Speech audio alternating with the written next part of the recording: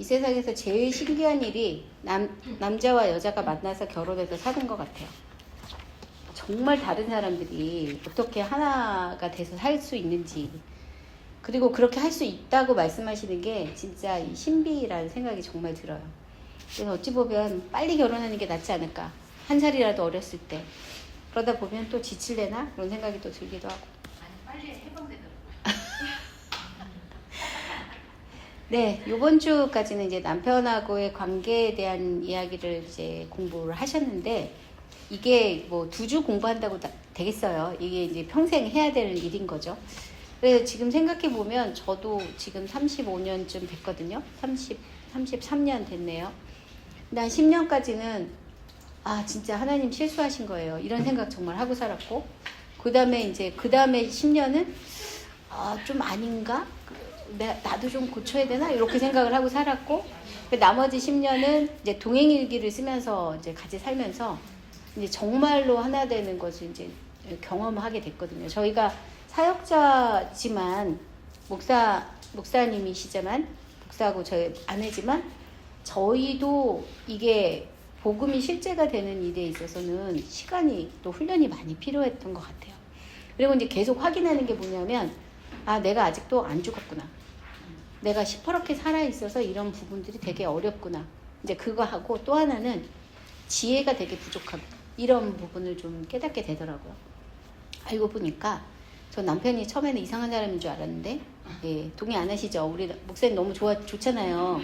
예, 좋은 사람이더라고요. 제가 못 알아본 거지. 근데 남편이 제 필요를 모르기 때문에, 잘 모르기 때문에 안 맞춰져서 이상하게 보였던 거지. 예, 지금 보면서 세상에서 제일 좋은 사람 맞아. 나한테 제일 좋은 사람 맞아. 이렇게 이제 동의를 하게 되더라고요. 다음 주에는 이제 자녀들에 대한 부분들을 이렇게 공부하시게 될 거예요. 우리에게 모든 엄마에게는 사실 좋은 엄마가 되고 싶은 소망이 다 있어요. 그죠? 아이를 낳는데 내가 좋은 엄마가 되고 싶지 않아. 이렇게 생각하는 사람은 없는 거잖아요. 6주에 하게 되는 이제 자녀와의 관계를 2주 동안 이제 같이 보실 텐데, 다음 주에 하는 그 제목이 뭐냐면 경건한 자손 낳기예요. 이렇게 제목을 붙이셨어요. 근데 경건한 자손은 낳는 게 아니라 키워가는 것 같다 생각이 좀 들거든요. 근데 어쨌든 어떻게 하면 좋은 엄마가 될 수 있을까? 그리고 이 일을 위해서 어디서부터 시작해야 되고 어떻게 우리가 준비해야 하나, 그런 부분들을 이제 말씀으로 이제 보게 해주는 이제 과가 될 것 같아요. 이번 한 주는 저희가 남편에게 줄 수 있는 선물 3가지를 이제 공부했잖아요. 남편에게 주도권을 주는 거, 그리고 친밀한 육체 관계를 통해서 소통하는 거, 그리고 3번째는 그 대화법에 있어서 지혜롭게 남편하고 소통하는 거에 대해서 이제 배웠다면, 자녀에게 줄 수 있는 선물 3가지도 또 지금 드니스 글렌 이 사모님이 얘기를 하고 계시거든요. 3가지예요. 무조건적인 사랑, 그리고 경계선을 세우는 거, 그리고 하나님의 말씀. 요 3가지를 우리가 아이에게 줄 수 있다. 우리가 줘야 되는 선물이다라고 얘기를 하고 있는데, 실제적으로 이번 주에는 이 3가지 선물을 주기 위해서 엄마인 내가 무엇을 준비해야 하나? 라는 부분들을 오히려 더 강조해서 얘기를 하고 있다고 볼 수 있어요. 우리가 이 엄마로서, 우리에게 성도인 엄마로서 우리가 가지고 있는 목표랑 사명이 있다면, 마음과 뜻과 목숨을 다하여 하나님을 따르는 경건한 자녀들을 세우는 것이다. 이렇게 얘기를 해요. 아마 다 동의하실 거예요. 내가 성도고 예수님이 내 삶에 있어서 너무 중요한 분이시다라는 걸 우리가 고백을 한다면, 우리 아이들도 그런 예수님을 깊이 만나고, 그래서 그 예수님을 평생 섬기는 아이로 자라기를 원하는 마음이 우리 안에 다 있잖아요. 근데 그 일이 저절로 되지는 않는다는 거예요. 우리 엄마들에게 하나님이 이렇게 이은희처럼 아기를 우리에게 주시고, 이 아이를 엄마가 양육하는 과정 가운데 이 아이가 경건한 집안에서 태어났고 경건한 아이로 자라나게 되는 거에 대해서 얘기를 하고 있어요. 자, 신명기 6장 6절부터 7절 말씀이 이번 주의 주제 성구인데요. 이렇게 말하고 있죠. 오늘 내가 내게 명하는 이 말씀을 너는 마음에 새기고 내 자녀에게 부지런히 가르치며 집에 앉았을 때든지 길을 갈 때든지 누워있을 때든지 일어날 때든지 이 말씀을 강론할 것이며. 자, 이 말씀은 그냥 가만히 있어서 경건한 자손이 태어나고 자라게 된다는 뜻이 아니잖아요. 부지런히 말씀을 가르치고 훈련하는 과정들이 반드시 필요하다 이렇게 얘기를 합니다. 엄마가 도대체 누구냐라고 생각을 한다면 엄마는 그냥 한마디로 말하면 사실 우리 너무 부족한 사람이에요. 제가 처음에 엄마가 됐을 때 26살이었거든요. 25세 결혼하고 26세 아기 낳았는데 밥도 잘 못하는 사람이었어요. 살림도 안 해봤고 공부만 하다 이제 결혼했으니 애가 예쁘고 막 너무 소중하다라는 생각이 들면서도 너무 버거운 거예요. 무서워. 얘 이렇게 목이 씻기고 막 이러려는데 내가 혹시 얘를 떨어뜨리면 어떡하지? 이렇게 무슨 사고가 나면 어떡하지? 그런 불안한 마음이 있을 정도로 나 자신에게도 확신이 없었을 때 저 엄마가 됐거든요. 그런데 진짜 아무리 생각해도 너무 웃긴 거예요. 이런 나에게 하나님이 아이를 주셨어요. 뭘 믿고? 내가 도대체 어떤 일을 할 수 있다고 나한테 아이를 주셨지? 그 생각을 하면 그때도 그렇고 지금도 그렇고 하나님의 믿음이 정말 크시구나 생각을 하게 돼요. 나에 대한 믿음을 가지고 우리에게 자녀를 주신 거잖아요. 그 은혜라고 말하는 것이 자격 없는 자에게 정말 한없이 부어지는 게 그게 은혜라면 자녀를 낳아서 부모가 된다는 것, 특히 엄마가 된다는 것은 이거는 은혜로밖에 표현할 수밖에 없는 그런 일이라고 생각이 들어요. 그만큼 우리는 너무 자격이 없고요. 우리가 감당해야 될 일은 너무나 커요. 그리고 이게 이제 1, 2년으로 끝나는 일이 아니잖아요. 아이를 낳으면 평생 가는 것 같아요. 제가 이제 우리 엄마를 대할 때 이렇게 생각해 보면 제가 지금 50 한참 넘어서 60 가까이 돼 가는데 여전히 엄마는 저에게 엄마인 거예요. 그 일을 우리가 평생 해야 되는데 그 일을 하나님이 도대체 나를 어떻게 믿고 이 일을 나에게 맡겨주셨나 이런 생각을 하게 됩니다. 엄마가 도대체 누구냐라고 말을 한다면 바로 저는 이제 이 은혜를 입은 자라는 것을 아는 사람이 엄마가 될 수 있구나. 진짜 엄마가 될 수 있구나라고 생각이 들어요. 한동안은 제가 막 유능한 엄마, 슈퍼우먼 같은 엄마, 그게 진짜 엄마라고 생각을 했어요. 근데 해보니까 안 되죠. 못하겠어요. 어려워. 제 삶을 제가 간수하는 것도 힘들어요. 그런데 어떻게 우리 아이들에게 가장 좋은 것들을 우리가 그걸 분별해서 걔네들한테 줄 수가 있겠어요. 엄마가 해야 되는 가장 중요한 사명은 이 아이들의 진짜 부모 대신 하나님을 알려주는 거. 그리고 너는 하나님 손에 있어. 하나님이 너를 진짜 사랑하셔서 너에 대한 특별한 계획을 갖고 계셔. 이걸 알려주는 분이 바로 진짜 엄마라는 거죠. 그래서 이 디니스 글렌 이 사모님은 그 얘기를 하세요. 이 아이들에게 하나님의 말씀, 그분의 이야기, his story, 히스토리 말고 his story를 들려줘서 우리 아이들이 하나님의 말씀에 반응해서 하나님의 부르심을 깨닫고 그 부르심에 스스로 나갈 수 있게 준비시켜주는 거. 그게 이제 부모가 해야 될 일이다라고 얘기를 합니다. 그리고 아이들이 복음을 이제 깨닫게 되면 그리고 그 복음 앞에 자기가 이제 반응하게 되면 이제 가능한 한 일찍 하나님이 너에게 주신 사명이 있다. 특별한 사명이 있다. 그것을 알려달라고 하나님께 구해라. 이렇게 격려하고 있어요. 그리고 가장 중요한 것은 그걸 알고 나서 내 힘으로 그것을 이루려고 노력하는 게 아니라 이 일을 이루시는 분이 하나님이시니 하나님께 완전히 자기의 주권을 내려놓고 하나님의 인도하심을 받으라고 가르쳐주라고 그렇게 얘기를 하고 있어요. 근데 사실 제가 이 말씀을 이렇게 들을 때 아쉬운 점이 있는 게 저 스스로에게 제가 어렸을 때 이런 교육 별로 못 받아본 것 같아요. 교회 열심히 다녔어도 열심히 하라고 배웠지 하나님께 맡기고 하나님이 네 삶을 주관하시도록 내어드려라 이거는 제가 교육을 받아보지 못한 것 같아요. 우리 세대의 문제가 뭘까 생각하면 배워보지 못했으니 가르치지 못한 거예요. 근데 우리 자녀들에게 감사한 일은 우리가 지금 이제 알았잖아요. 그러니까 지금이라도 가르쳐 줄 수 있는 거예요. 진짜 성도는 진짜 예수를 믿는 사람은 어떤 사람이냐면 열심히 사는 사람 아니에요. 예수님이 주인이 되는 삶, 그 삶을 사는 사람이 진짜 성도예요. 우리의 목표는 우리 자녀들이 성공하는 인생을 살게 하는 게 아니라 예수를 제대로 믿는 성도가 되게 하는 것. 그게 우리의 목표입니다.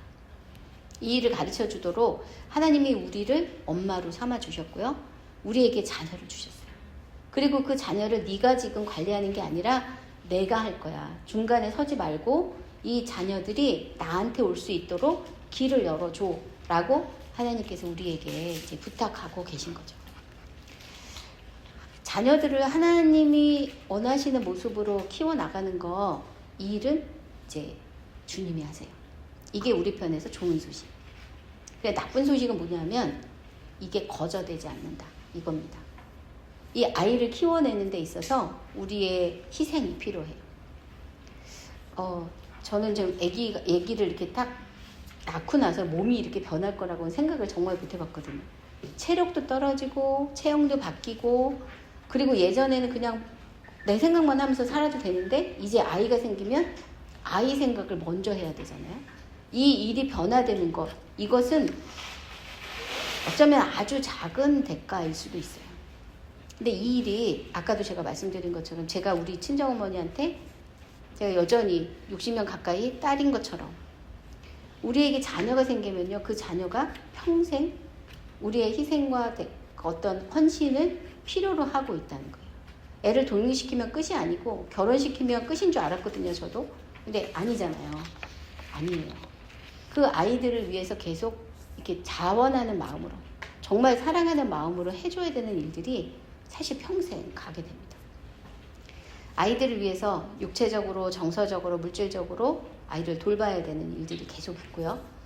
그리고 어떨 때는 내가 이 아이의 삶에 직접적으로 개입하지 못하고 하나님께서 그 아이들을 다루시고 있을 때 그냥 보고만 있어야 되는 그런 대가지불도 있어요. 내가 하면 그냥 쉬울 것 같은데 하나님 너 손대지 마 라고 말씀하실 때 순종해야 될 때도 있어요. 그리고 어떨 때는 이 아이가 내 건 줄 알고 있었는데, 내 건 줄 알고 있었는데 내 거 아니라는 것을 불현듯 깨닫게 할 때가 또 오기도 해요. 그리고 이제 당연하게 이 아이들을 섬기다 보면 아이들 때문에 내 몸이 아플 때도 이제 생기게 되는 거죠. 근데 이 모든 것들을 이 거룩한 산제사라고 말할 수 있다고 딘스길란이 말하고 있어요. 저는 이 말씀이 너무 좋더라고요. 로마서 12장 1절 2절. 그러므로 형제들아 내가 하나님의 모든 자비하심으로 너희를 권하노니 너희 몸을 하나님이 기뻐하시는 거룩한 산 제물로 드리라. 이는 너희가 드릴 영적 예배니라. 너희는 이 세대를 본받지 말고 오직 마음을 새롭게 함으로 변화를 받아 하나님의 선하시고 기뻐하시고 온전한 뜻이 무엇인지 분별하도록 하라. 엄마가 되는 거예요. 마더링이라고 말하는 그 부분은 거룩한, 하나님이 기뻐하시는 거룩한 산 제물로 드리는 영적 예배라는 거예요. 제가 제물이 살아있을 수는 없다. 근데 살아있으면 제물이 아니다. 그런데 이 바울은 그걸 너무 분명하게 얘기하잖아요. Living sacrifice, 살아있는 제물이에요. 그 살아있는 제물 자체가 영적인 예배인 거다. 예수님이 우리 안에 오셨기 때문에 이 일이 가능해진 거거든요. 엄마들이 그 일들을 감당하고 있기 때문에 우리 자녀들이 예수를 믿는 게 무엇인지 알게 되고요. 이 땅에서 세상을 거스려서 살아갈 수 있다. 살아가야만 돼. 라는 그 당위성도 이제 배우게 되는 거죠. 만약에 엄마가 이 일들을 거절한다면, 이 일을 안 하기로 작정을 한다면, 그래서 아무런 대가 지불을 하지 않겠다고 결정을 한다면 우리 자녀들은 경건한 후손으로 자랄 수가 없어요. 세상의 방식 그대로, 세상에서 지금 하고 있는 그대로 우리 자녀들을 키워내면서 이 자녀들이 경건하게 하나님을 잘 경외하는 아이가 되기를 바라는 거는 사실은 이게 이제 도둑놈 씹은 거죠. 반드시 대가 지불이 필요해요. 이게 재물이 되는 거예요. 근데 하나님께서 그 재물이 되는 것을 이제 엄마들에게 요청을 하신다는 거죠. 경건한 그 후손을 낳고 키우는 것은 하나님의 생각에 우리의 생각을 맞춰가는 거예요. 우리 마음에 맞는 신을 찾아다니는 것이 아니라 하나님의 생각에 우리를 맞춰가는 거예요. 세상의 신을 섬기는 것과 하나님을 섬기는 것의 결정적인 차이는 바로 여기에 있어요. 세상에 신들이 많아요. 그리고 대부분의 사람들은 자기의 욕망을 채워줄 신들을 찾아다녀요. 쇼핑하듯이. 그리고 오늘은 이 신한테 붙었다가 저 신한테 붙었다가 하는 그 이유가 뭐냐면, 목적이 뭐냐면 이 신에게 자기가 원하는 거를 끄집어내려고, 받아내려고 하는 목적으로 그렇게 예배한단 말이에요. 그런데 우리 하나님을 섬기는 사람들은, 하나님을 섬기기로 작정한 사람들은 하나님께서 말씀하시는 것에 내 삶을 맞추기로, 내 생각을 맞추기로 결정하고 이 자리에 들어온 거예요. 아직까지 혹시 그 결정이 안 나셨으면 지금 빨리 결정하셔야 돼요. 내가 적어도 예수를 믿는다라고 말한다면 예수님께 하나님의 그 율법에 내가 맞추겠다고 작정을 하고 들어오신 거라는 거. 하나님은 마음을 안 바꾸세요. 이렇게 두꺼운 성경책 주셨잖아요. 거기 다 있어요. 이만큼 나는 확고해 라고 말씀해 주고 계시니까 하나님은 바뀔 가능성이 1도 없어요. 그러면 이제 우리가 바꿔야 되겠죠. 아이들을 세상 사람과 같은 방식으로 키우지 않겠다 이렇게 결정하는 게 바로 이 아이들이 경건한 후손으로 자라는 제일 첫 번째 그런 스텝이라는 것을 기억을 해야 합니다. 아이들뿐만이 아니에요. 사실 이 세상의 모든 사람들이 하나님 앞에 다른 사람의 그 힘과 노력으로 설 수가 없어요. 하나님 앞에는 자기 혼자 서는 거예요. 어떤 분이 그러시잖아요. 우리 아내가 교회를 잘 다녀서 제가 하나님 앞에 갈 때는 우리 아내 손잡고 가겠습니다. 예, 불가능한 거 아시죠? 우리 자녀도 마찬가지예요. 자녀들에게 우리가 성경을 암송시킬 수도 있고 교회 가게 할 수도 있고 매일 동행일기 쓰게도 할 수 있어요. 그런데 이 아이들이 하나님 앞에 서는 것은 학습과 훈련으로 되는 게 아니라는 거예요. 자신의 의지를 들여서 내가 하나님의 뜻대로 살겠습니다. 결단하지 않으면 아이들이 하나님 앞에 스스로 설 수가 없어요. 이 부분은 우리가 도와줄 수가 없어요. 그렇게 결단하도록 분위기를 만들어줄 수는 있지만 이 일을 결단하는 거는 우리 아이들이 혼자 해야 돼요. 그래서 때로는 그것 때문에 하나님께서 우리의 손을 우리 아이들에게서 떼어내실 때가 있어요. 그러니까 우리가 볼 때는 얘가 막 좌충우돌 난리인 것 같아도 그 시간이 하나님이 얘를 만나주시는 시간일 수도 있거든요. 그것을 우리가 분명하게 알고 있어야 아이들의 안에 하나님이 일하고 계시는 것을 방해하지 않을 수가 있는 거죠. 그리고 또 어떨 때는 우리가 아주 좋은 부모가 아니었다는 것을 불현듯 깨달을 때가 있거든요. 예, 많아요, 그럴 때. 제가 지난번에 우리 유진 집사님하고 얘기했었나요? 제가 우리 아이들 영국에 있을 때 한글을 못 가르쳤다. 그래서 야단 맞았어요. 가르치셔야죠. 그렇게 말씀을 하셨는데 그때 저희가 선교단체에 있을 때 아이들한테 이걸 가르치지 못했어요. 진짜 그랬어요. 그래서 실제로 이 아이들이 그 언어를 사용해서 이렇게 공부할 수 있는 영역들이 굉장히 제한됐었거든요. 그게 사실 저는 평생에 아이들한테 미안한 부분이에요. 그런 것들이 근데 그때로 돌아갈 수가 없잖아요. 다시 돌아가서 이제 언어를 가르치고 이과 공부를 시킬 수 있도록 수학을 막 가르치고 이렇게 못 하잖아요. 제가 할 수 있는 최선은 하나님 제가 그랬습니다. 그때 잘 못했습니다. 그래서 이제 하나님께 좀 죄송한데 이거 마무리 좀 해주세요 라고 이렇게 하나님께 드리는 것밖에 제가 할 수 있는 그 가장 지혜로운 일이 없더라고요. 근데 그렇게 했을 때 하나님이 제 마음도 평안하게 해주시고 우리 아이의 인생도 끝까지 책임지는 것을 이제 보게 되었어요. 그러니까 저희 아이들이 이과 공부를 못했어요. 할 수가 없었어요. 그런데 지금 그 아이들이 이렇게 사역하고 이런 부분들을 보니까 이 아이들에게 제한된 그런 상황 속에서 하나님이 가장 좋은 것을 인도하셨구나. 그러니까 나의 연약함을 통해서도 하나님이 역사하셨구나. 이렇게 고백할 수 있어서 너무 감사한 부분인 것 같아요. 그래서 아이들을 뭐가 돼야 돼? 어떤 일을 성취해야 돼? 라고 이렇게 쪼는 대신에 우리가 해줄 수 있는 것은 이 아이들을 위해서 진심으로 기도해 주는 것. 그리고 그 아이들 안에서 하나님이 역사하시는 것을 믿고 끝까지 그 아이들을 하나님께 맡길 수 있는 것. 그게 우리가 해줄 수 있는 최선의 것이라고 생각이 들어요. 그래서 아이들을 이렇게 오래 붙잡고 있으면 안 되는 것 같아요. 지금은 이제 다 아이들이 어리니까 지금은 이제 돌봄을 받아야 될 때잖아요. 그런데 이 아이들에게 하나님께서 이제 손 떼라 하실 때가 분명히 옵니다. 그때 빨리 놓으셔야 돼요. 그래야 하나님께서 그 아이들의 손을 잡고 이 아이들에게 준비하신, 아이들을 위해서 준비하신 하나님의 계획을 이루어 갈 수 있기 때문에 우리 각자에게도 하나님이 하나님의 계획을 이렇게 갖고 계시거든요. 근데 우리 아이들에게도 하나님의 계획이 있어요. 그 아이들의 계획은 하나하나를 위해서 하나님이 특별히 만드신 거예요. 그래서 그 목적을 이루시기 위해서 아이들을 인도하십니다. 그걸 우리가 믿을 때 이 아이들이 엇나가는 것 같아도 기다릴 수 있고요. 이게 뒤집어지지 않고 끝까지 아이들 편에 서서 하나님에 대해서 증언할 수 있게 돼요. 이상하게 이 자녀들, 이렇게 경건한 자녀들에 대한 이야기를 많이 하고 있는데 이 성경에는 오히려 이 아이를 낳지 못한 사람들의 이야기가 굉장히 많이 나와요. 오랫동안 아이를 기다렸는데 낳지 못한 사람들, 가장 대표적인 게 이제 아브라함과 사라 이야기죠. 지금 계속 이제 주일날 창세기 말씀 이제 해주시잖아요.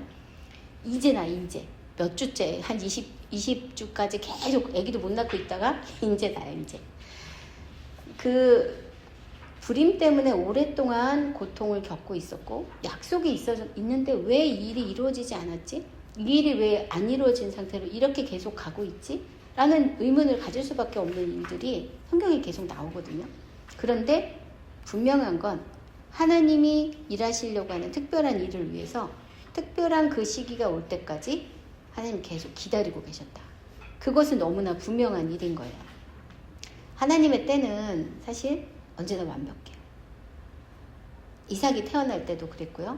그리고 또 이 아이들이 이렇게 태어나는 그런 상황들이 모세가 태어날 때도, 그리고 이 성경에 나오는 중요한 인물들이 태어날 때도, 세례 요한이 태어날 때도 하나님이 정하신 시기까지 하나님께서 그 부모된 사람들을 이렇게 불임인 상태로 기다리고 계시다가 그 아이를 낳게 하셨거든요. 그래서 이 아이들에게 하나님의 계획이 있다는 것을 우리가 믿는다면 이 아이들이 하나님의 뜻을 발견해 나갈 수 있도록 내 손을 떼어놓고 완전히 이 아이를 하나님께 내어놓는 그런 시간들이 필요하다.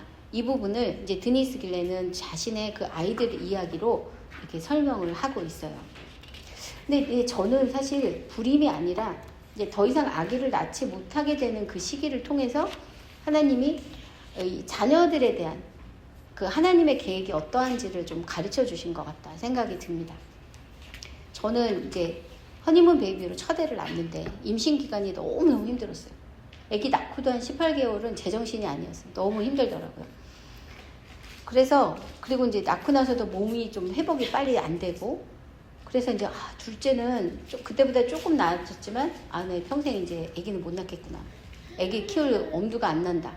그런 생각을 했어요. 그때가 28인 거예요. 그런데 이제 셋째를 가지게 된 거죠.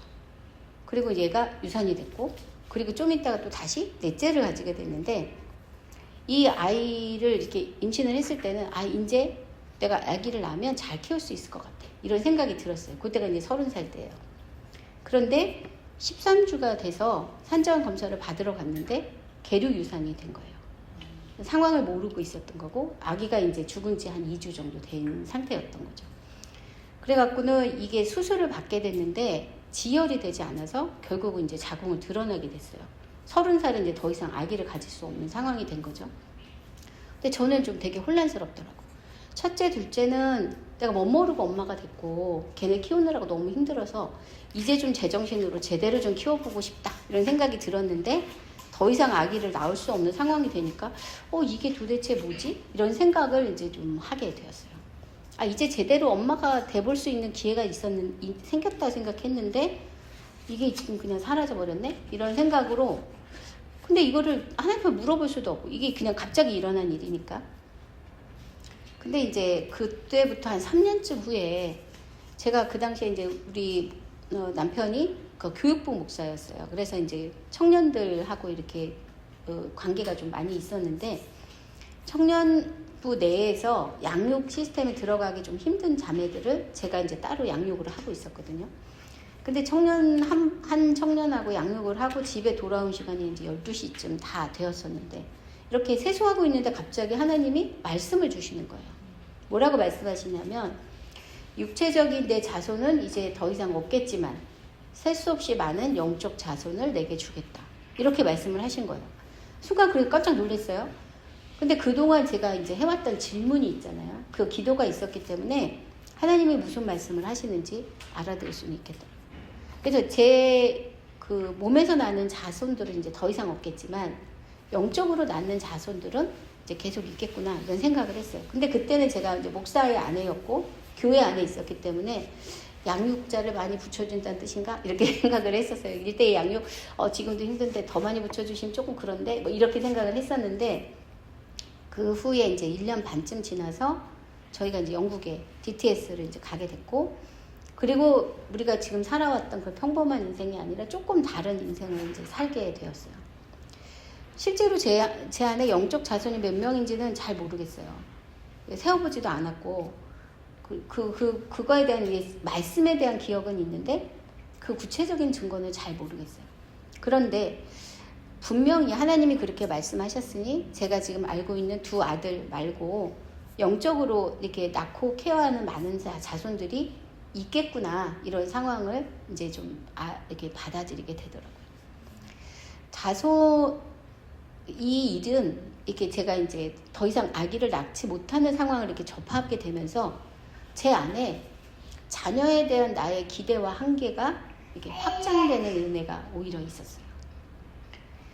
불임이었다가 아기를 낳으면서 그 아이를 통해서 하나님의 나라가 확장되는 것을 경험할 수도 있고 또 저처럼 더 이상 날 수도 없는 상황에서 이제 영적인 어떤 그 부분에서 영역이 또 확장될 수도 있다는 것을 좀 깨닫게 되었어요. 하나님이 일하시는 게 되게 아이러니가 많아요. 우리의 생각과 그 한계를 뛰어넘는 역사들이 되게 많아요. 그래서 나는 이제 고목나무 같아요 라고 생각한 그 때에 하나님의 어떤 생명의 역사를 또 이루실지도 알 수가 없다는 거죠. 우리 자녀들이 그리고 또 우리가 영적으로 만나는 그 아이들이 하나님 나라의 어떤 부분을 담당할지는 우리는 구체적으로 알 수가 없어요. 하나님께서 그래서 이제 그 부분에 대해서 하나님 우리 아이가 어떤 일을 어떻게 할 건지 알려주세요 이렇게 물어보지도 말고 떼쓰지도 마세요. 이거는 우리가 다 알 필요도 없어요. 하나님이 알아서 하실 거예요. 그냥 모든 걸 다 하나님께 맡기고 하나님께서 너의 인생에 지금 찾아오셔서 너와 함께 하나님의 일을 하려고 해. 이것만 우리 아이들에게 알려주시면 돼요. 우리 아이들은 뭐 예전에는 그랬어요. 막 큰 꿈을 꿔라. 그래서 뭐가 되겠냐 이렇게 막 뭐가 되겠다 얘기를 하라고 그러고 막 그 기도시키고 막 그랬는데 사실은 우리에게 필요한 것은 하나님 제 인생에서 하나님의 원하시는 일들을 다 이루어 주세요. 이게 사실은 가장 중요한 기도거든요. 우리 아이들에게 이것을 가르쳐 주는 것이 필요합니다. 이것을 만약에 이루고 있다면 그리고 이제 우리가 만나고 있는 다른 사람들도 우리에게 영적 자손이 될 수 있거든요. 그 사람들과 이것을 나눌 수 있다면 하나님 나라 안에서는 성공한 사람이에요. 네 번째로는 이제 엄마가 누구냐 이런 부분들을 물어보고 있어요. 거기에 생명을 주는 자라고 표현을 하고 있습니다. 하와라는 이름 자체가 생명을 주는 자인데요. 사실 하와라는 이름은 아담이 이 하와가 자기 아내가 아이를 낳고 나서 준 이름이에요. 그 전에 뭐라고 불렀냐면 하와라고 불렀다. 그러면서 그는 모든 산자의 어머니가 되었다라고 얘기를 하고 있는데 어머니가 되었다는 말 그리고 이 하와라는 이름 자체가 아기를 낳자 생명을 주는 자가 되었다는 뜻인 거죠. 요게벳이 이제 모세의 어머니인데요. 이 모세도 어머니가 이제 둘을 낳고 아기를 낳으면 안 되는 때에 사실은 아이를 낳았어요. 낳으면 죽을 수밖에 없을 때 아기를 낳았다는 거죠. 왜 하필이면 이런 때 아기를 낳았을까? 이 모세를 통해서 하나님께서 하실 일이 분명히 있었기 때문에 이 시기에 하나님께서 모세를 허락하셨다는 거 우리가 다 압니다. 이 요게벳은 하나님과 동역을 한 거예요. 동역. 어려운 때, 낳기가 어려워서 키우기 어려운 때 아이를 낳았고 적극적으로 그 아이를 살리려는 그런 과정들을 통해 이 요게벳은 하나님과 동역을 한 거예요. 엄마가 된다는 것은 바로 이런 일을 하는 거죠. 생명을 통해서 하나님과 동역하는 일. 그 일을 우리에게 부르신 거예요. 한나를 생각해 보면 사무엘의 엄마 한나 있잖아요. 성경에서 저는 가장 놀라운 인물 중에 하나가 이 한나라고 생각이 들어요. 한나는 이제 사무엘상 1장, 2장 이렇게 쭉 읽어보시면 간절히 기도해서 아들 하무엘을 얻었어요. 금쪽 같은 아들이죠. 그런데 이 아들을 낳기도 전에 한나는 하나님께 고백해요. 저에게 아들을 주시면 하나님께 다시 돌리겠습니다. 그리고 아들을 낳자마자 그 아이를 하나님께로 다시 돌려드려요. 그래서 성전에서 하나님을 섬기는 자로 이제 세우게 되는데 이게 진짜 어떻게 얻은 아들인데 그래서 젖띠고 갔다고 해도 이제 3살 이렇게 이은이도 예쁘잖아요. 우리 이준이보다 조금 작은 나이인 거예요. 그때쯤 지금 성전에 보내고 거기서 평생 하나님을 섬기는 그런 자리에 있게 한 거죠. 이렇게 사무엘의 엄마 한나는 자신의 정말 금쪽 같은 자기 생명보다 귀한 아들을 하나님께 기꺼이 띄워놓는 그런 일을 감당을 했는데요. 그 같은 자리에 엘리의 두 아들이 있었어요. 엘리의 두 아들은 엘리는 이제 대제사장이었고 선지자였고 그 사사였고 그 아들들도 이 제사장의 일들을 감당하고 있었단 말이에요. 그런데 이 엘리의 두 아들은 사무엘과는 상당히 다른 모습을 이제 보게 됩니다. 사무엘상 2장 22절부터 25절에 보면 엘리가 매우 늙었더니 그의 아들들이 온 이스라엘에게 행한 모든 일과 회막문에서 수종드는 여인들과 동침하였음을 듣고 그들에게 이르되 우리가 어찌하여 이런 일을 하느냐 너희가 어찌하여 이런 일을 하느냐 내가 너희의 악행을 이 모든 백성에게서 듣노라. 내 아들들아 그리하지 말라. 내게 들리는 소문이 좋지 아니하니라. 너희가 여호와의 백성으로 범죄하게 하는도다. 사람이 사람에게 범죄하면 하나님이 심판하려니와 만일 사람이 여호와께 범죄하면 누가 그를 위하여 강구하겠느냐 하되 그들이 자기 아버지의 말을 듣지 아니하였으니 이는 여호와께서 그들을 죽이기로 뜻하셨음이로라. 26절 아이 사무엘이 점점 자라매 여호와와 사람들에게 은총을 더욱 받더라. 성전에 있는 것만으로 충분하지 않아요. 엘리는 그 아들들에게 무엇이 옳고 그른지에 대한 부분, 할 일과 하지 말아야 될 일들에 대해서 분명하게 선을 거주지 않았어요. 그래서 결국은 그 아들과 함께 그 집안이 망하게 되는 그런 자리로 가게 됩니다. 이 책에서는 그렇게 물어봐요. 왜 그런 일을 했니? 라고 묻지 말라. 왜냐하면 우리는 다 사람들은 악하기 때문에 왜 이런 일을 했니라고 말할 때 답할 수가 없다는 거예요. 너 지금 무슨 짓을 한 거야? 라고 하는 게 오히려 더 적절한 질문이다. 즉 내가 지금 하고 있는 악행이 무엇인지를 직면하게 하는 게 자녀들과의 관계에서는 더 필요한 부분이다 라고 얘기를 하고 있어요. 엘리는 이 아들들이 저지른 불순종, 하나님의 뜻대로 살지 않았던 것에 대해 책망하지 않았기 때문에 결국은 그 엘리와 그 아들들이 함께 하나님께 심판을 받게 되는 자리에 가게 된다고 말하고 있어요. 부모가 된 우리에게 필요한 부분은 제대로 된 하나님의 말씀으로 훈육을 하는 거예요. 선을 거주는 거예요. 이건 이제 다음 주에 이제 또 배우게 될 텐데요. 선을 거주는 일을 하지 않으면 그 일에 대해서 하나님이 우리에게, 부모된 우리에게도 책임을 묻겠다라고 말씀하신다는 거예요. 자, 이렇게 되면 마음에 찔림이 되게 많아요. 제대로 못 키웠잖아요. 그리고 선 제대로 못했잖아요. 나도 제대로 못 살았는데 우리 애들한테도 제대로 못했다. 이게 잘못한 것이 파노라마처럼 쫙 지나가죠. 자, 그런데 여기서 거기에 매이시면 안 돼요. 하나님의 원칙은 그렇고요. 우리에게 주시는 하나님의 약속의 말씀은 뭐냐면 너의 죄가 다 용서받았다는 거예요. 하나님께서 직접 그것을 교정하실 거예요. 제가 혹시 그 얘기 들었는지 모르겠는데 제가 큰아이하고 관계에서 그 육아 스트레스가 많으니까 아이한테 굉장히 많이 화를 냈어요. 그러니까 얘가 저를 되게 무서워했어요. 큰애가. 그러니까 자기 얘기를 저한테 직접 못하는 거예요. 둘째를 통해서 얘기를 했어요. 한동안 그렇게 했었고 제가 느끼기에도 제가 너무 잘못하고 있다는 걸 아는데 교정이 잘 안 되는 거예요. 그러니까 막 화내놓고 미안해. 그래서 정말 수도 없이 미안해를 했었거든요. 그런데 어느 순간에 이게 얘가 저한테 앞에 쓰면 항상 주눅이 들어있구나 라는 생각을 이제 하게 되는데 어떻게 해야 될지를 모르겠네요. 교정을 어떻게 해야 될지 모르겠더라고요. 근데 이제 DTS를 가서 이제 저희가 패밀리 DTS를 했거든요. 근데 거기에 이제 화요일과 목요일에 두 클래스가 있었어요. 하나는 화요일 날은 이제 메리지 클래스가 있었고, 그러니까 결혼 생활에 대한 이제 클래스가 있었고, 또 하나는 페런츠 클래스가 있었어요. 아이들에 대한 거죠. 자녀 교육에 대한 거. 근데 그 자녀 교육에 대한 그 강의를 두 번째 시간에 들어갔는데 갑자기 하나님이 제 마음속에 얘기하시는 거예요. 오늘 가서 큰애한테 미안하다고 얘기를 해라. 근데 제가 이제 하나님께 그랬어요. 하나님, 저 수도 없이 애한테 미안하다고 했어요. 근데 하나님 말씀하시는 게 오늘 너가 그 얘기를 해야 된다는 거예요. 다시. 그래서 무엇을 제가 미안하다고 얘기를 해야 돼요? 그랬더니 그냥 미안하다고만 하면 된대요. 그래갖고는 이제 갔죠. 그러니까 그 당시에 그 베이스가 작아서 그 안에 강의실이 없었거든요. 그래서 밖에 살던 그 스텝 집에 가서 이제 말씀을 이렇게 나누는데 그때 이제 하나님이 주신 말씀이었던 거예요. 갔는데 애들은 이제 자려고 준비하고 있었고 어디서 어떻게 얘기를 해야 될지 내가 잘 모르겠는 거예요.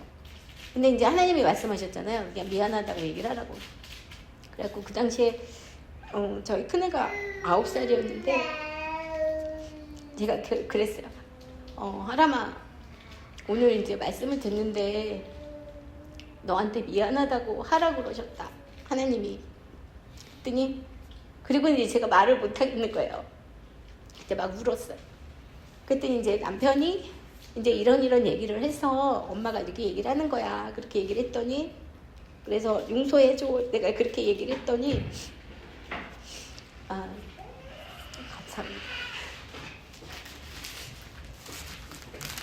요번에 한 번만 울 건데 큰애가 알겠어요 엄마 용서해줄게요 이렇게 얘기를 하는 거예요. 그리고는 다른 일이 없었어요. 하나님 들어가서 자래요. 그 이제 가서 자는데 잘 모르겠더라고요. 이게 도대체 무슨 의미지? 그런데 이제 제가 이제 신뢰했던 거는 하나님이 말씀하신 시기에 하나님이 말하고 했던 그 말을 제가 이제 아이한테 한 거고 아이한테 용서해 줄게요 라는 말을 들은 거예요. 그리고는 정말 수개월 동안 아무 일도 없었어요. 그냥 평범한 일상을 이렇게 살았거든요. 근데 그때가 이제 얘가 9살이었는데 3년쯤 지나서 저희가 이제 한국에 들어와서 살고 있는 그 중간에 갑자기 그 생각이 딱 나더라고요. 아무 일도 없었는데 우리 큰애하고 제 사이에 관계가 그냥 좋아진 거예요. 아무런 일도 없었어요. 심리 상담 받으러 간 적도 없고, 그리고 여전히 이제 전 걔하고 투닥거리기도 하고, 막 야단치기도 하고, 옛날처럼 성질내기도 하고, 막 이랬는데, 하나님이 말씀하신 그 순간에 순종함으로써 하나님이 큰 돌을 이렇게 딱 치워주신 거를 나중에 깨닫게 되었어요. 제가 이제 동행일기 쓰던 이제 그 중에 얘는 이제 대학을 이제 진학을 했고, 그래서 포항에 가 있었거든요. 어느 날 이제 그 생각이 나서 일기에다 그 얘기를 썼어요. 그때 이제 이렇게 해서 이제 하나님의 관계를 풀어주신 거 너무 감사합니다. 근데 그 당시에 가족방에 있어서 우리 아이가 보고 있었거든요. 근데 걔가 전화를 한 거예요. 전화를 또 엄마하고 저 사이에 무슨 일이 있었어요? 이렇게 물어보고 전화를 했더라고요. 그래서 옛날에 그런 일이 있었으니까 자기는 생각이 하나도 안 난대요. 그러니까 상처도 없는 거예요. 제가 이제 그때 알았어요. 이 발달 심리학이나 뭐 이런 거 이렇게 얘기를 들어보면 시간은 일방적으로 흐르게 되어 있거든요. 그런데 하나님은 거스러서 가실 수 있어요. 옛날로 가서 그 당시에 있었던 일들이 이제 잊어버리게 하시는 게 아니고요. 아주 없었던 것처럼 완전하게 만드실 수 있다는 것도 이제 알게 되었죠. 아이들을 위해서 우리가 실수했던 거, 예전에 실수했던 것에 더 이상 매이지 마시고, 그거는 하나님을 알지 못하는 사람이면 그럴 수 있어요. 그런데 우리가 예수 그리스도를 통해서 하나님 안에 있잖아요. 그럼 하나님이 그 일을 완전하게 깨끗하게 하실 수 있다는 것을 믿고 그 대신에 하나님이 말씀하실 때 단순한 거라도 그대로 순종하면 그 일을 통해서 하나님이 완전히 깨끗하게 하시는 것을 경험할 수 있다고 생각이 듭니다. 한나가 사무엘을 이렇게 대하는 모습을 봤을 때 인간적으로 보면요, 사무엘이 결핍이 엄청 많을 거예요. 정말 엄마의 사랑을 받아야 될 때 떨어져 살았잖아요. 그리고 본이 안 되는 그 엘리의 두 아들들과 함께 살았어요. 엘리도 우유부단한 사람이기 때문에 아마 사무엘에게 좋은 어떤 울타리가 되어주지는 못했을 거예요. 그럼에도 불구하고 사무엘이 온 백성들의 사랑을 받고 하나님의 말씀을 전할 수 있는 그런 정말 유일무이한 정말 그 선지자가 될 수 있었던 것은 사무엘을 향한 한나의 기도가 있었다고 생각이 들어요. 이 한나가 이 사무엘을 그 엘리에게 보내면서 실제로는 엘리에게 보낸 게 아니라 하나님의 손에, 하나님의 품 안에 보냈기 때문에 이 일이 가능했다고 생각이 듭니다. 우리가 해야 될 일은 바로 이거 같아요. 하나님 손에 우리 자녀를 보내는 거예요. 이제 애들이 조금만 커보세요. 근데 이은이는 지금 엄마 껍딱지라 엄마하고 24시간 붙어 있지만 조금 지나면 같이 안 있으려고 해요. 그죠? 벌써 세린이도 하루에 많은 시간을 밖에서 보내잖아요.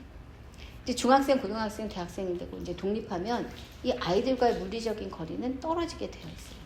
그런데 그때가 임하기 전에 우리가 먼저 해야 될 일은 요 이은이만큼 어렸을 때, 이은이보다 더 어렸을 때 이 아이들을 하나님의 손에 얹어드리는 거예요. 하나님께서 그를 책임지시고 하나님께서 이 인생을 이끌어 주십시오. 그게 우리가 할 수 있는 가장 지혜로운 양육이라고 생각이 듭니다. 엄마가 할 수 있는 가장 큰 사역은 여기 책에서도 이제 중보자가 되는 거다라고 얘기합니다. 아이를 위해서 기도하는 거. 왜냐하면 이 아이들을 노리는 원수들이 많이 있어요. 이 아이들을 어떻게 하든지 우리가 받은 축복에서 축복을 훔쳐가고 죽이고 파괴하는 일들을 하는 사단이 있기 때문에 이 아이들을 위한 중보 기도는 계속 되어야 돼요. 그리고 이 아이들이 위험에 빠질 수 있을 때 보호하는 역할을 엄마가 해야 된다라고 얘기를 하고, 위험에서 이렇게 구체적으로 적극적으로 이렇게 끄집어내는 그 일들을 해야 된다고 얘기를 하고 있어요. 예상되는 어려움들이 있잖아요. 그리고 아이들은 모르지만 어른 눈에 보이는 어려운 부분들이 있어요. 그 부분을 이제 아이들하고 적극적으로 이야기를 하고 이렇게 끄집어내는 일들을 해야 된다고 얘기를 하는데, 이 책에는 이제 디니스 글렌 사모님이 자기 아이들이 인본주의적인 교육을 하는 그런 곳에 있다는 것을 알게 되고, 이 아이를 위해서 기도하다가 결국은 이제 학교로 옮긴 게 아니라 자기의 주거지로 옮기면서 자연스럽게 학교로 옮기는 이야기가 이제 기록이 되어 있어요. 지난번에 이제 우리 혜민 사모님도 삼척에서 성남으로 올 때 고민이 여러 가지 있었던 것들을 기도하면서 하나님께서 그걸 채워주신 얘기들을 이렇게 나누시는 것을 제가 듣고 되게 감동이 됐었거든요. 우리가 할 수 있는 일, 그런 겁니다. 아이들에게 어떤 좋은 환경을 만들어주려고 애쓰는 게 아니라 예상되는 일들을 하나님께 고백하고 하나님이 어떻게 하실지를 주목해 보는 거예요. 그게 우리 엄마들이 해줄 수 있는 가장 중요한 사역이라고 생각이 들어요. 여러분께 이렇게 프린트블로 하나 나눠드린 게 있죠. 한번 보실까요? 여기 교재 중에 제가 좋아하는 부분이에요. 요 부분들. 자녀들을 위한 기도를 성경적으로 어떻게 할 수 있는지를 정리한 부분이에요. 한번 읽어볼게요. 어릴 때부터 그리스도를 구주로 알 수 있게 해주세요. 죄를 미워할 수 있게 해주세요. 죄를 지었을 때 말씀 안에서 죄를 깨닫게 해주세요. 삶의 전 영역, 영적, 정서적, 신체적에서 악한 자로부터 보호받게 해주세요. 모든 대인관계에서 책임감 있게 행동하도록 해주세요. 권위의 자리에 있는 분들을 존경하는 자녀들이 되게 해주세요. 올바른 친구들을 사귀고자 하는 마음을 주시고 나쁜 친구들에게서 보호해주세요. 잘못된 배우자를 만나지 않도록 지켜주시고 하나님이 기뻐하시는 사람을 만나도록 보호해주세요. 배우자는 물론 본인 자신도 결혼할 때까지 순결을 지킬 수 있도록 도와주세요. 모든 상황에서 하나님께는 전적으로 순복하고 사단에게는 적극적으로 맞서는 법을 배우게 해주세요.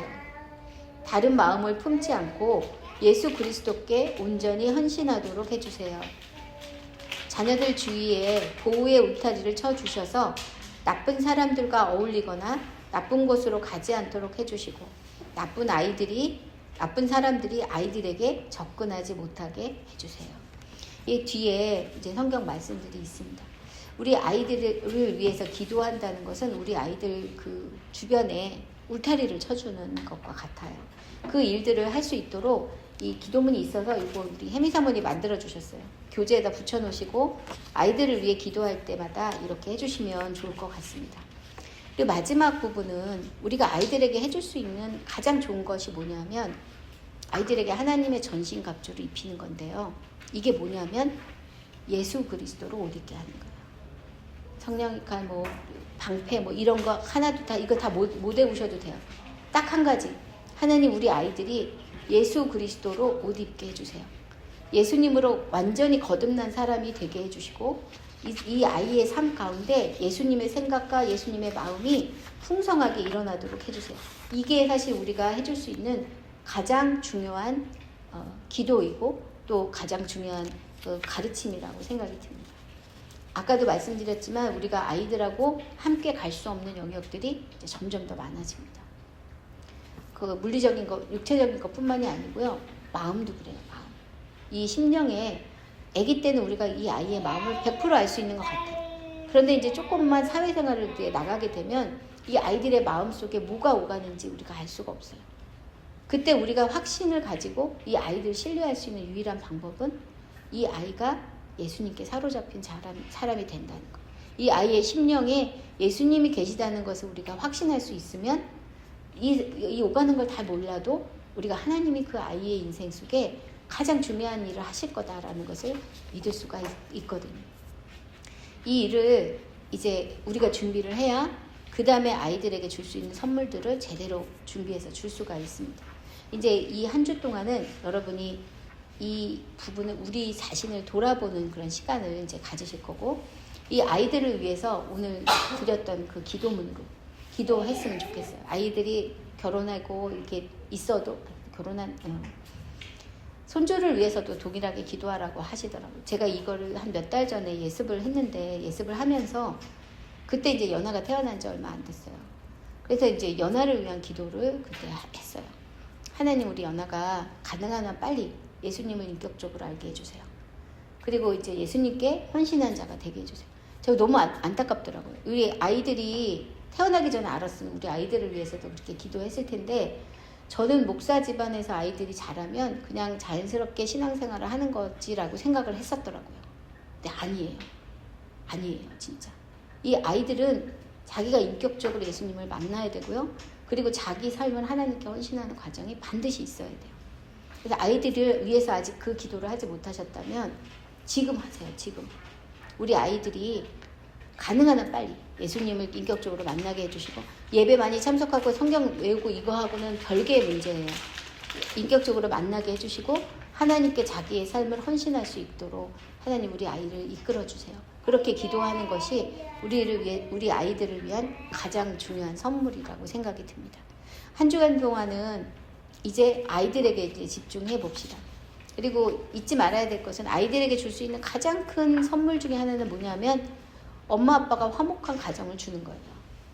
그래서 이거는 그냥 기본입니다. 그래서 남편과의 관계를 지난번에 그렇게 길게 한 거예요. 남편과 아내가 운전에 연합했을 때 그 안에서 이 자녀들이 하나님을 더 깊이 만나고 사랑하는 관계에 갈 수가 있기 때문이죠. 자, 우리 함께 기도합시다. 우리의 지혜 없음을 하나님께 먼저 고백했으면 좋겠어요. 하나님, 저희가 우리에게 주신 그 자녀들을 믿음으로 잘 키우는 일을 잘 못하는 사람들입니다. 그러나 우리에게 이 일을 맡겨주셨으니 하나님을 의지해서 잘 감당할 힘도 주실 거라고 믿습니다. 우리의 아이들 주님께 올려드립니다. 하나님, 우리 아이들을 책임져 주시고 이끄실 때 엄마인 나를 통로로 사용해 주세요. 제가 진짜 하나님을 잘 믿는 자로 서게 해주시고 이 아이들 안에 하나님께서 일을 하시는 일에 방해하는 자가 아니라 하나님과 동역하는 자로 끝까지 제대로 설 수 있도록 하나님 인도해 주십시오. 그리고 이 아이들에게 줄 수 있는 가장 큰 선물, 정말 하나님을 알고 경외하고 예배하는 이 가정을 세워나가는 일에 더욱 힘쓰도록 하나님 저희 안에 역사해 주십시오. 그렇게 같이 기도하겠습니다. 아버지 하나님, 저희의 그 지혜 없음을, 하나님 저희의 정말 그 부족함을 하나님 앞에 고백할 수밖에 없습니다. 하나님, 그럼에도 불구하고 저희에게 자녀를 주셨고 하나님이 자녀들과 함께 하나님을 찾는 그 자리로 이끌어 주셨으니 감사합니다. 하나님, 이제 우리 아이들이 험난한 세상에서 하나님을 아는 백성으로 자라나게 될 터인데, 아버지 하나님, 이 아이들한테 하나님의 역사하심을 우리 가정에서부터 배워나갈 수 있도록 인도해 주옵소서. 하나님, 특별히 엄마인 우리가 우리 아이들을 정말 깊이 사랑하고 정말 진짜로 사랑하는 방법이 이 아이들에게 예수 그리스도를 소개하고 예수 그리스도로 연합한 자로 살 수 있도록 인도하는 거라는 거, 하나님 저희가 잊지 않도록 인도해 주시기를 기도합니다. 하나님, 이 아이들 삶 가운데 주님께서 오늘도 역사하시고 인도하셔서 하나님의 가장 좋은 것들을 이루어 나가는 그런 놀라운 역사들을 함께 누릴 수 있도록 하나님 역사해 주옵소서. 우리 아이들을 주님의 품 안에 올려드립니다. 하나님께 맡겨드립니다. 하나님, 우리 아이들을 맡아주시고 하나님의 일하심을 더욱더 분명하게 보는 놀라운 역사가 우리 아이들의 삶 가운데 온전하게 드러날 수 있도록 인도해 주옵소서. 우리와 함께 하시는 주님을 찬양합니다. 주님만 의지하며 아버지 하나님, 우리의 모든 잘못과 아버지 하나님 모든 허물도 이미 다 용서해 주시고 덮어주시는 그 은혜를 하나님 우리 자녀들과 함께 누리며 우리 자녀들의 삶 가운데 하나님의 부르심이 온전히 나타날 수 있도록 인도해 주시기를 구합니다. 주님 감사합니다. 하나님 참 감사합니다. 정말 자격 없는 자에게 넘치는 은혜를 부어주셔서 부모가 되게 하셨고 하나님 너무나 귀한 자녀들을 우리에게 맡겨주셨으니 하나님 정말 감사합니다. 이제 우리 힘으로 이 일을 감당하는 자 아니라 하나님께 우리 아이들을 맡겨드리고 주님이 친히 우리 아이들을 키워나가는 것을 볼 수 있기를 주님 간절히 소망합니다. 하나님, 한 주간 동안 주의 말씀 앞에 설 때마다 하나님 우리의 연약함을 드러날 때마다 하나님 그것으로 좌절하거나 낙심하는 것이 아니라 그럼에도 불구하고 우리를 귀하다 여기시고 하나님께서 그 맡겨주신 사명을 감당할 힘 주시는 것을 신뢰하며 또한 믿음의 한 걸음을 나갈 수 있도록 하나님 인도해 주옵소서. 오늘 우리와 함께 하시고 친히 말씀해 주심을 인하여 감사드립니다. 예수 그리스도의 이름으로 기도드렸습니다. 아멘.